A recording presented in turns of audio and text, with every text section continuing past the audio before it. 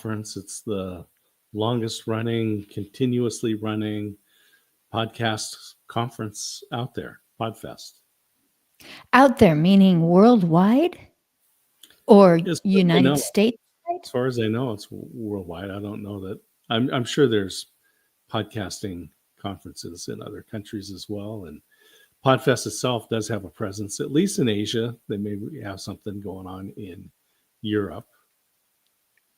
Yay. Well, we were talking about the differences between a convention, a conference, a festival, and they do call it Podfest.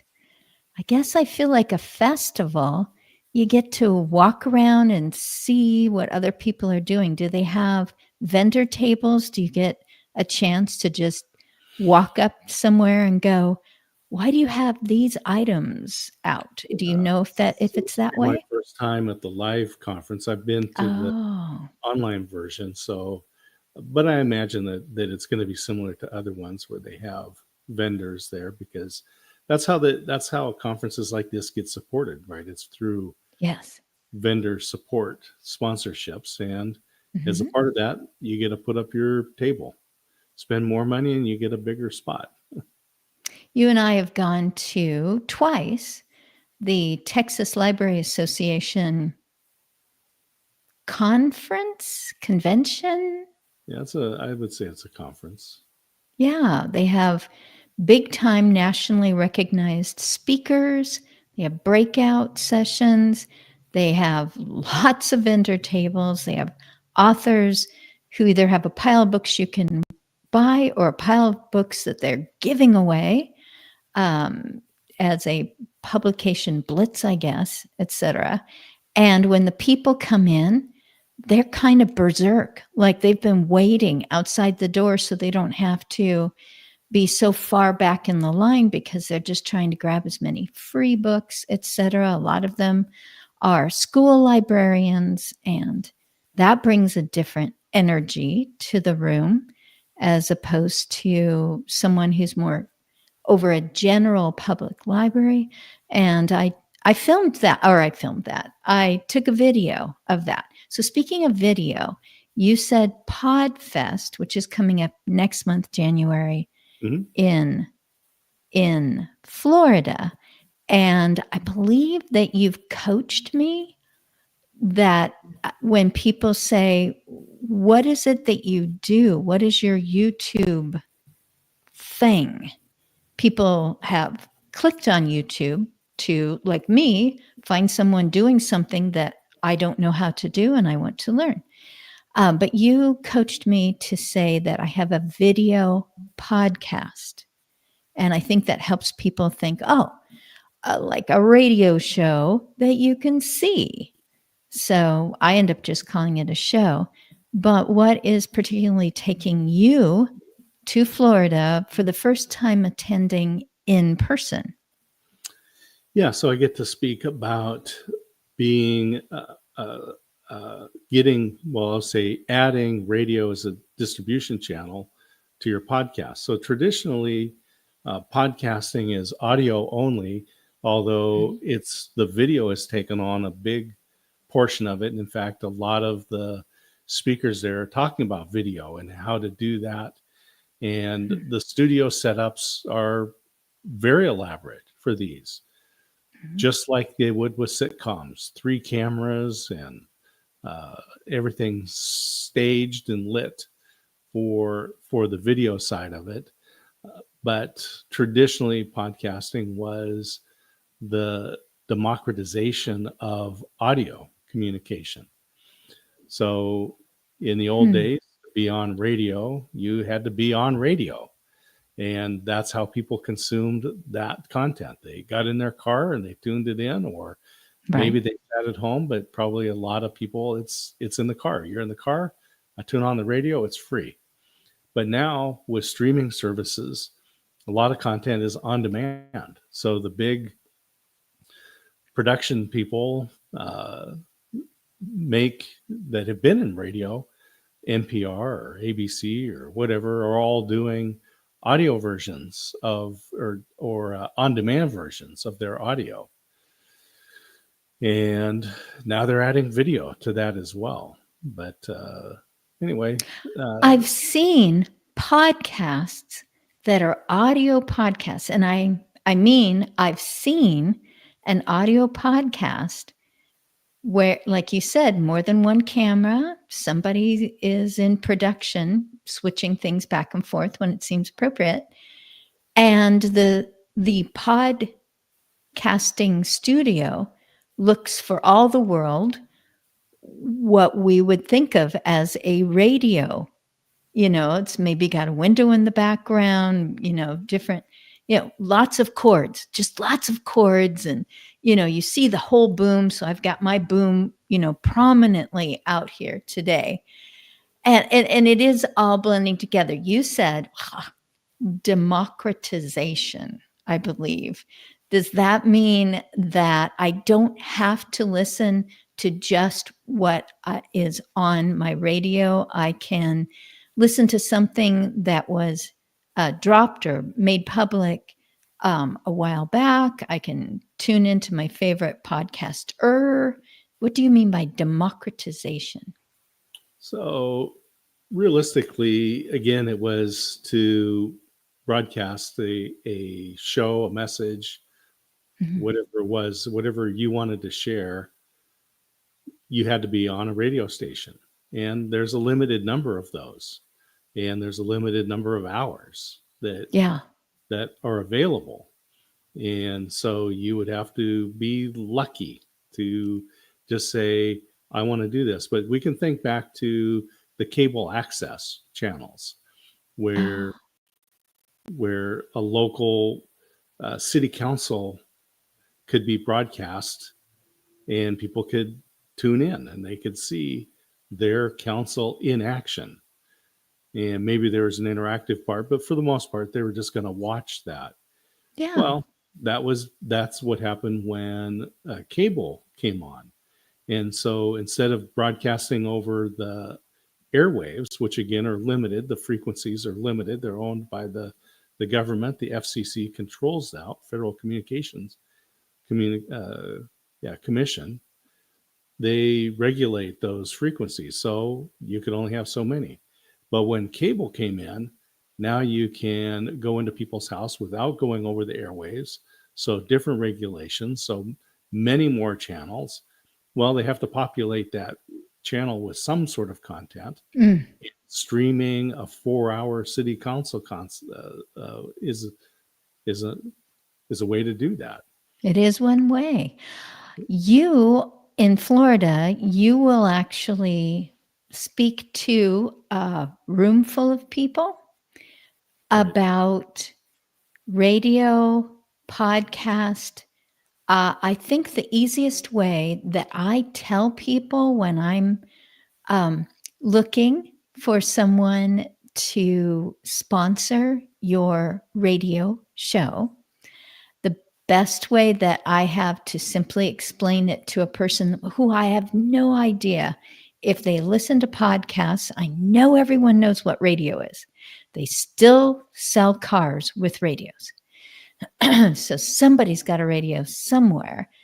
But podcast is just a lot of people who are contributors to magazines also have a podcast. And it's on the topic that they have specialized in or they've become an expert or have expertise and experience in. Best way that I say is that first people can listen at 8:30 on Saturday morning Central Time in our locale around Waco, Texas. And then after that, it is a podcast that is available on demand and comes with the sponsors on screen. So people are seeing and hearing because it's not a video podcast. So it's not video. There's nothing to see. So the sponsors are not on screen. It's just audio. Right. But we hear about them from you.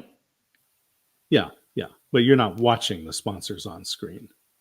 I should say you see a representation of them. You see their branding when you go to grab that podcast. Go It's ahead. just so the Waco Experience logo is all you see if you're listening to it on a podcast player. There is no video that goes with it, so there's no.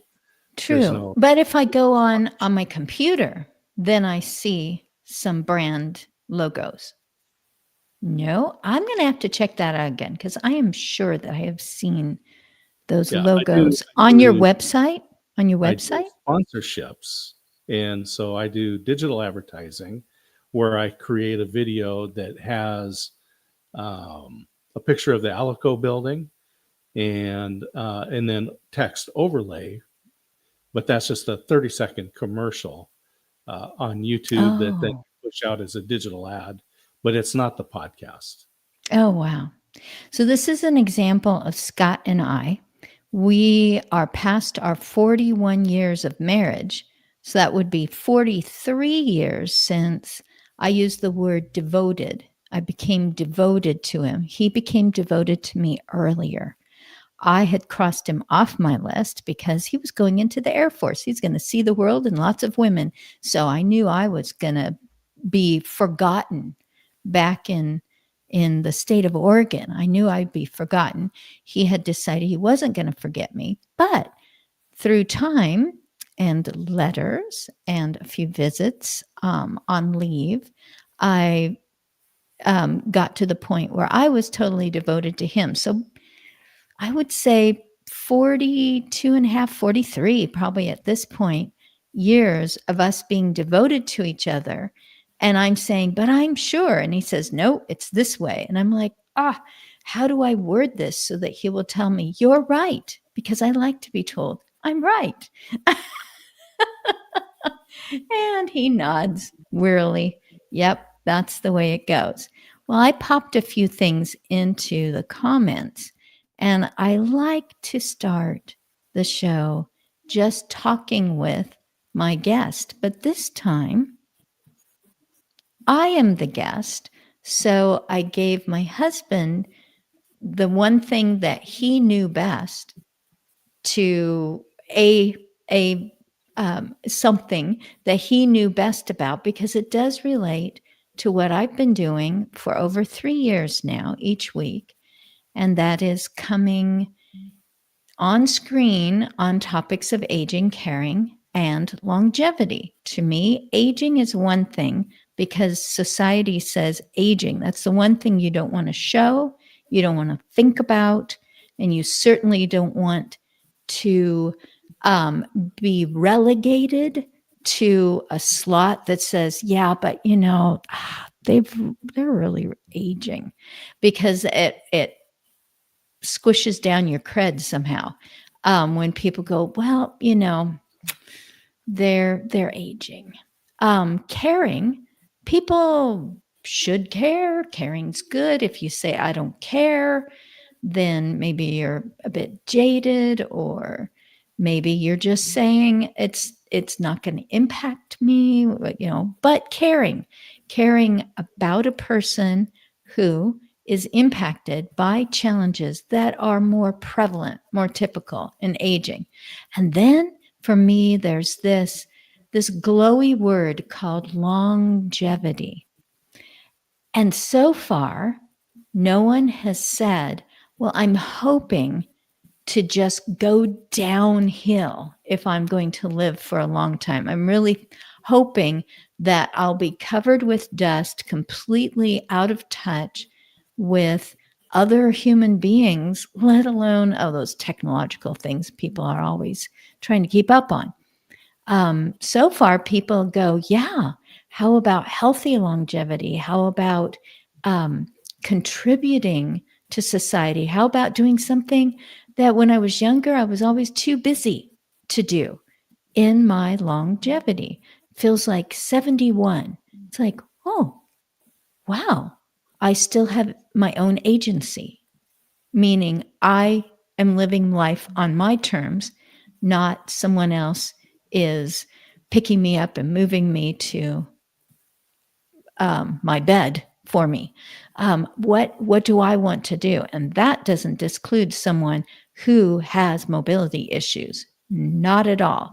But I think that's what people think about active aging. They think, oh, yes, I still am in charge of my own arms and legs and driving. And, I can, hop over something if it's in my way because I still have muscle tone, etc.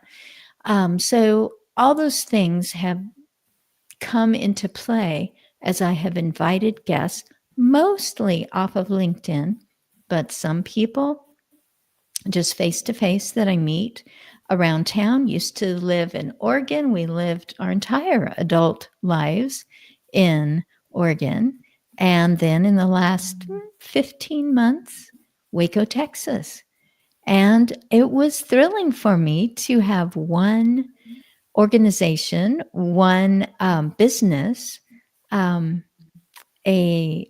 attorneys that do elder law actually reach out to me when I had, to my knowledge, I had not jumped up and down and said, look at me, you could be on my show, which is called Aspects of Aging. And that was pretty exciting. But there's all these other things that have happened as I have tried to approach Aspects of Aging and my website, agingbetternetwork.com, from more of a business angle, thinking, what do people do when they want to be successful, when they want to be known by others, when they want to provide something that is a felt need, that provides a value for someone who has a pain point or sees that there's something missing in their lives, in their loved ones' lives, in their community that's trying to be more welcoming to people of all ages. So I just put a few things in the comments here to remind me what I wanted to talk about. So Scott, I'm going to turn over to you. You've got 5 or 6 of them to choose from. Is there one that you'd like for me to respond to now? Came to Waco. It was as a tourist. You came here as a tourist. We came here specifically for the eclipse, because the eclipse in 2024, April 8th, went through Texas. And it also happened to come through Waco. And so we came here because of Fixer Upper. Right. The whole Magnolia thing. And so we watched that. But it wasn't, we didn't come here looking for a place to live.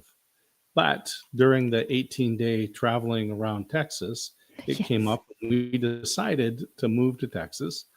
But we came back in June to say, well, what if it's vacation euphoria? Because everyone wants to live in Hawaii when all you do is spend money and lay on the beach. So we came back in June, and then we were invited to a networking group meeting. And that's really where a lot of your involvement with Waco started. Yes. We came to Texas because we were invited by people that have been guests on our screen.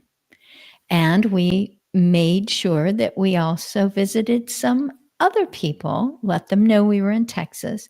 So we were all over the place, as far north as Dallas, as far south as Corpus Christi, Houston, even going to the Johnson Space Center.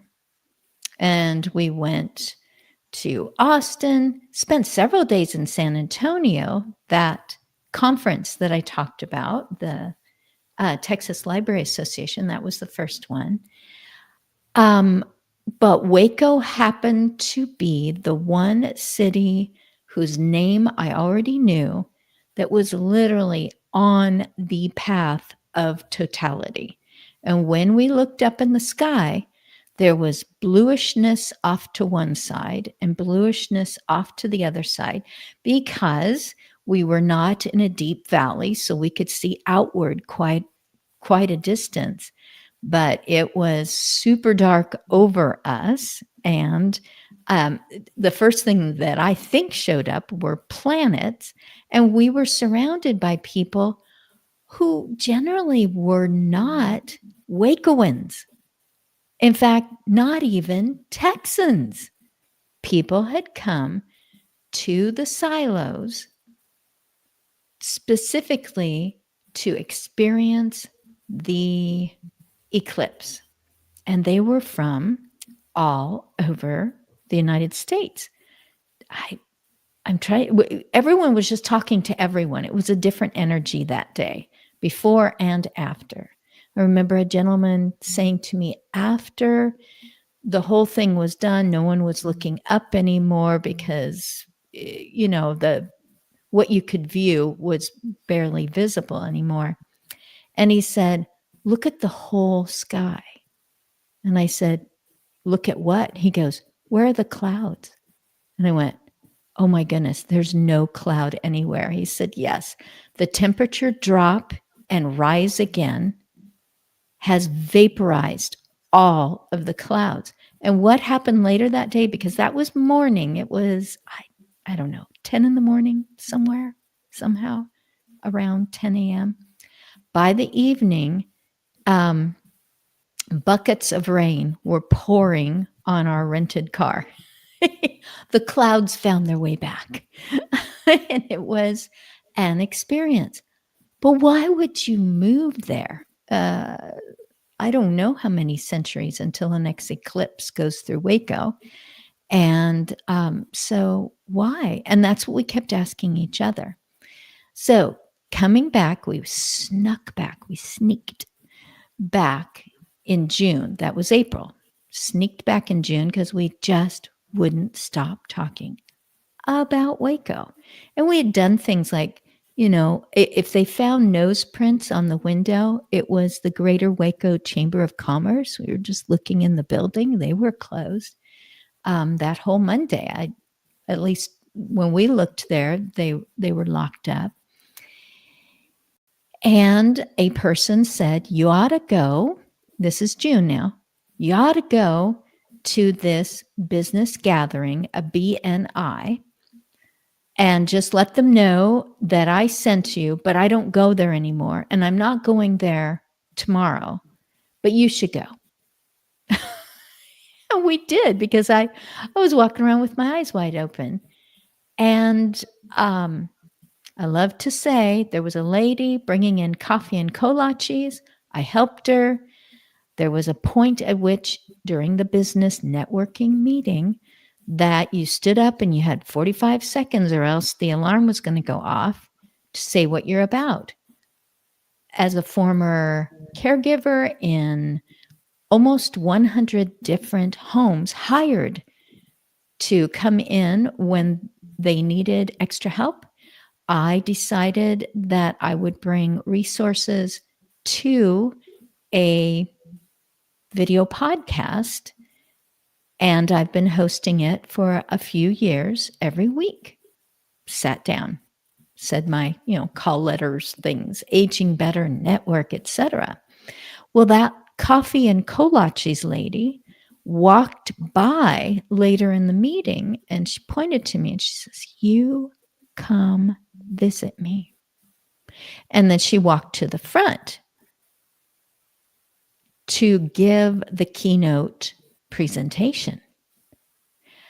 And that's when I heard, in the last 35 years, this is what God has done. I was in a hospital. A lady was crying out. She said, I'm old. Nobody is visiting me. Nobody cares about me. I don't want to die alone. And it started the beginning of a huge endeavor to find people who were willing to be that person who shows up for a drive to an appointment to drop off a few fresh vegetables midweek, to change light bulbs that can't be reached or that person really shouldn't be up on the ladder, to provide phone calls and visits just to say hi, those things that family would do if they could. And it has spread and it has become much larger, having to do with guardianship, financial exploitation, et cetera, et cetera. My job is the first one, or I should say, what I chose to volunteer to do was to drive people to their appointments or to the grocery store. And if they would rather be quiet, that's fine. If they would love to talk to someone who's new to Waco and give me advice on what used to be over there, etc. But these people would be homebound if it weren't for volunteer drives and visits, etc. Whether temporarily because of a physical challenge or whether they've been this way for years and will continue. So that's what happened. Her name is Inez Russell, and the group is called Friends for Life. And right here, I've got the badge that I was given. Not exciting to the untrained eye. However, that badge has precipitated a lot of conversations. Everything from, what is that?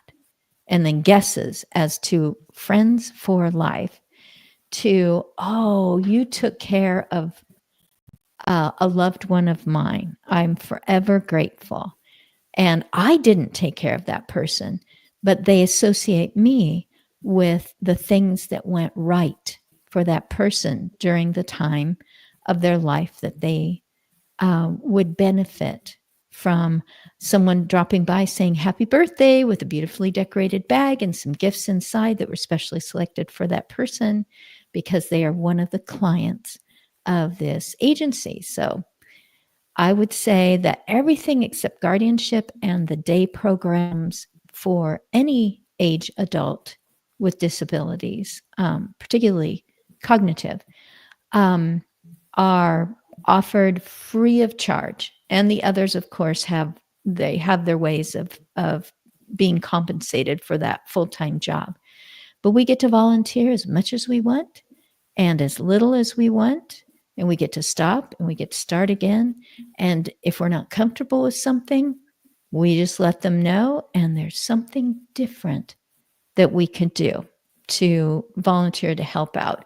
And sometimes that involves going into businesses or contacting people and asking them for something specific that would help with fundraising or with honoring someone with, some sort of a party or something like that, which I have no problem if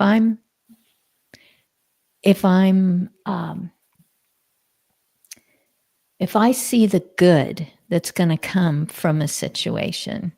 I have no problem walking in cold turkey, introducing myself, and asking for free stuff because it's for a good cause. And I get to find so many people who really want to be generous and they want to know more about what does Friends for Life do.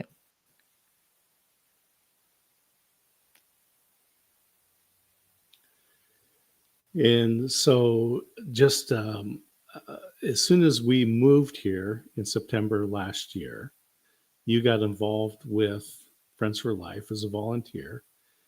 And then there was the Fox television affiliate. Yes. Has a promotion that they do every year to recognize remarkable women, people who are making an impact in the community, not just in nonprofits, but in other areas, including for-profit businesses. Yes. And they said nominations are open. And so you clicked on their code and filled out a nomination for Inez Russell, the founder and executive director at Friends for Life. And that was just, I could say, weeks into living in Waco. And Yes. it just really affected a lot of what's happened to you all in 2025. So tell us about what happened with that nomination. She has been working on this for 35 years. And I tell you, start to finish, I spent about 35 minutes. And then I promptly forgot about the whole thing. I remember being inside of a bank that was already decorated for Christmas. And I thought, woo, it's not even Christmas yet. So I believe that I zeroed in on that information when it was announced at another business networking opportunity that we heard about through the Greater Waco Chamber of Commerce. I believe that's when I really zeroed in on it. And I thought, yes, I do know someone. I mean, remarks are words. You have something to say about it. And here I was already talking about her to other people, or talking about her with other people who already knew her and had already been a volunteer, whatever it was. And I thought, oh, yes, she is truly remarkable because people keep talking about her. Hers is the face and the voice that, rather than launches 1,000 ships, she launches 1,000 volunteers several times over each year. So I just wrote what I already knew about her, what people had asked me about. And I also mentioned that it was true. I wanted to move with you to Waco, but I needed a reason. And she became my reason that I move here. And I got kind of a tour, not of parts of the building, but I got a tour of everything that they do. And I knew where I could plug in with my skills and talents and my heart. I have no problem having a complete stranger get in my car and off we go. I guess I could be an Uber driver, but and off we go, and knowing that I need to adjust how I am to how they need things to be today. And so I wrote down why and how she had influenced my life at this point, how she was leading me into a different kind of leadership, which I believe has developed into, number one, giving other people an opportunity to be generous with their time as a volunteer, with their services that they have through their business, with their gift of encouragement, stuffing bags with Christmas presents that will be hand delivered, etc. And I hit send, forgot about it, received a phone call. I shrieked on the phone when I heard your nomination was voted number one, and she is now, right this moment, the remarkable woman for Central Texas, along with 124 other women under the giant Nexstar Media umbrella that stretches coast to coast. I won't do it right now, but what we went through to get her to a moment where she was surprised on camera with the fact that she had been nominated for something that I think that was only the fourth year that it was happening around here. I think she's number 4. And now they're working on number 5 or number 6. I can't remember if it started in 2020 or 2021. A lot of things started in 2021 when people were looking for encouragement and good news. So perhaps she was the 4th and this will be the 5th. And so that nomination led to a lot of activity during 2025. Yes. So signing a non-disclosure agreement, influencing, forcing people who hardly know me to trust me that something good was coming down the pike. Please sign these NDAs so that I can tell you about it. Well, who knew? What kind of a scam artist am I anyway? And so I won over one person who, once they had read it, said to the other people that they knew for years, it's okay. We're all working together to bring this information forward. Well, when I boldly, I don't know where the lines are. I don't know where my barriers are. I just stomp all over everything. When I boldly talk to a person in leadership, they've got the office and the glitz and glam and many people coming and going and lots of leadership programs going on for every age and every stage of people. And I said, oh, I wish that we could give her a ticker tape parade. She said 2 things to me. Number 1, she goes, please write another nomination because I do a leadership of women leading women contest, acknowledgement. And I really think that she, with everything you're telling me, ought to be nominated. And number 2, if you put together a parade entry, which is our university homecoming parade, that is a 1-hour parade through town and through campus. Believe me, it was a big deal. They had portable stands up on each side. If you involve the local TV station that announces this, for us, it's Fox 44, but Fox, across the states, I know there's a Fox Channel 2 in San Francisco. If you put that together, I want to reach out and help in some way. So here was a person that didn't need to listen to someone who's, I don't know, new or has ideas, but who knows if I can put together a parade entry.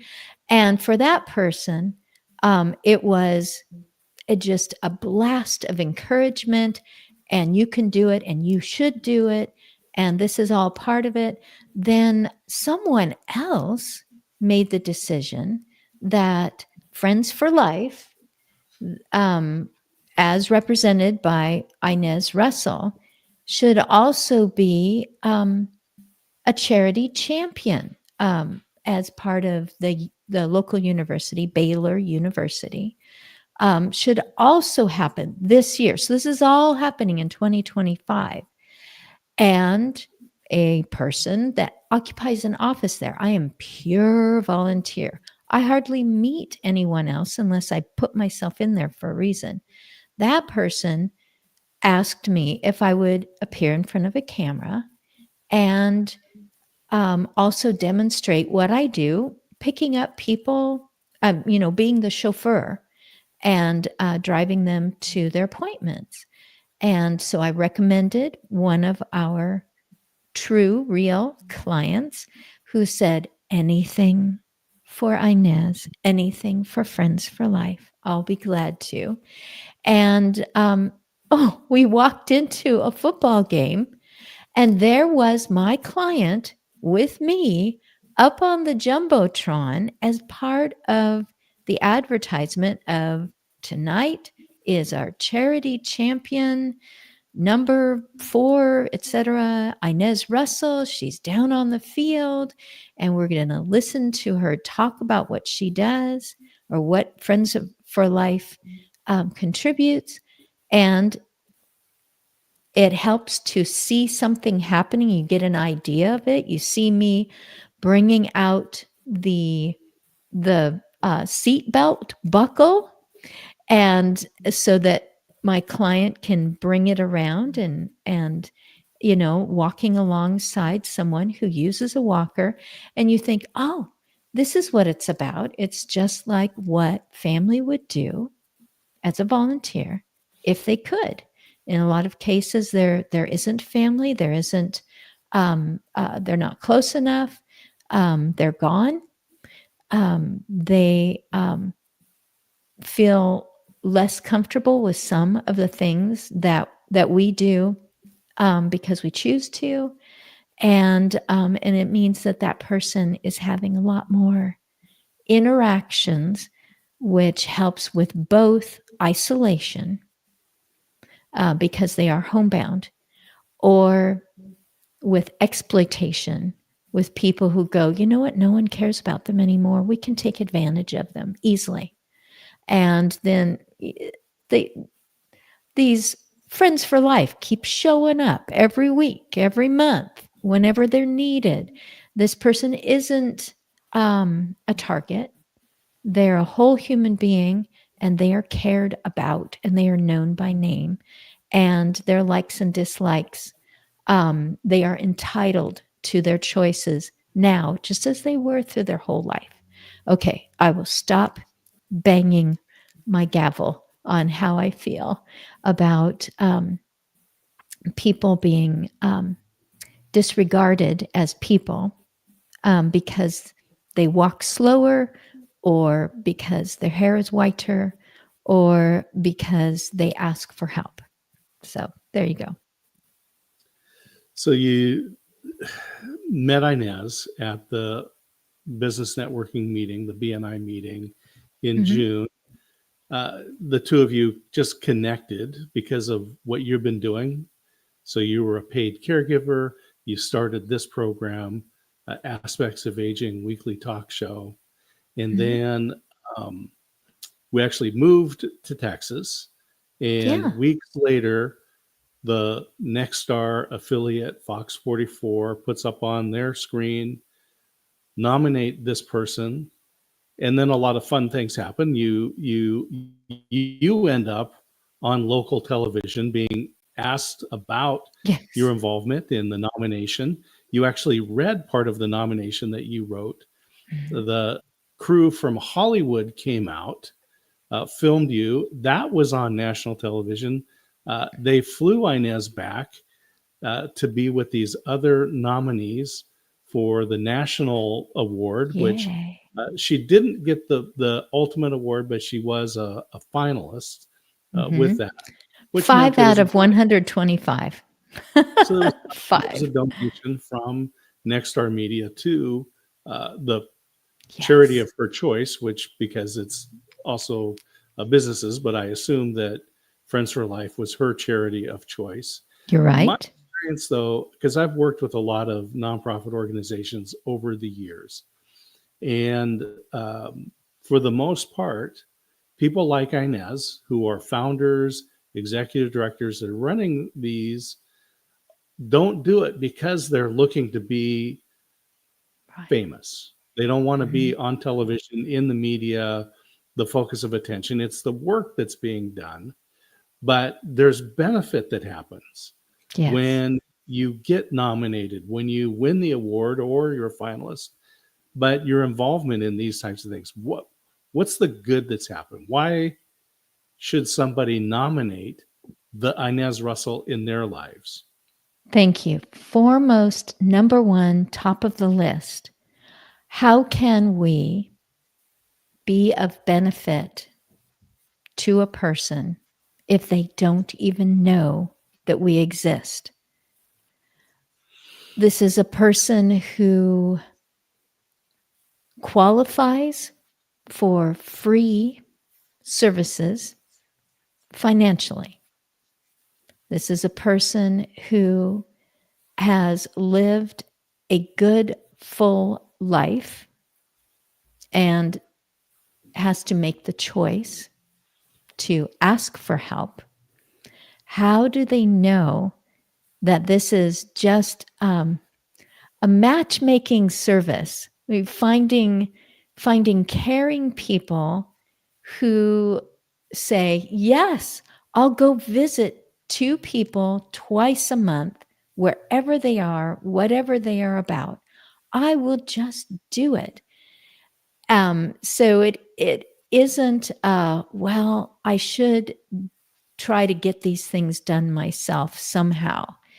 And it's a lesson that I've had to learn too, to ask for help so that people who are chomping at the bit, I think that's, I don't know. I don't know enough about horses, if that's a really good way to describe it. But people who have a need to fill needs in other people's lives, who have an energy